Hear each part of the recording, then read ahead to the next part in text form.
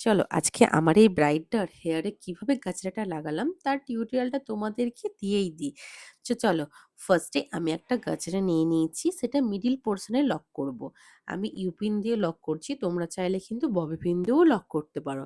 তো ইউপিন দিয়ে লক করার পর সেটাকে আমি পুরোটাই কিন্তু রাউন্ড করে পুরো হেয়ারটার মধ্যেই কিন্তু ঘোরাচ্ছি।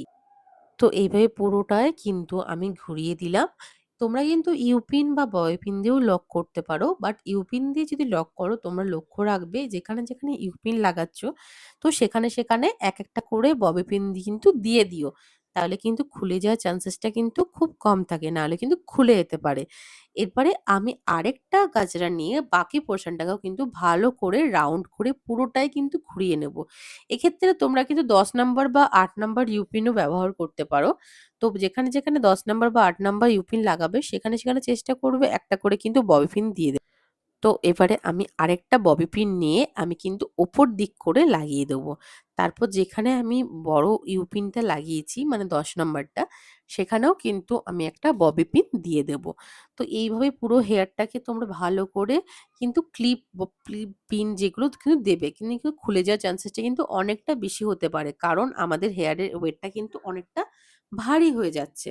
যেহেতু এতগুলো গাজরা লাগানো হচ্ছে, তারপর আমি আরো ৩ টে গাজরাকে নিয়ে সেটাকে ডবল করে তারপর টুইস্ট খাইয়ে এবারে নিচের দিক করে কিন্তু আমি লক করব।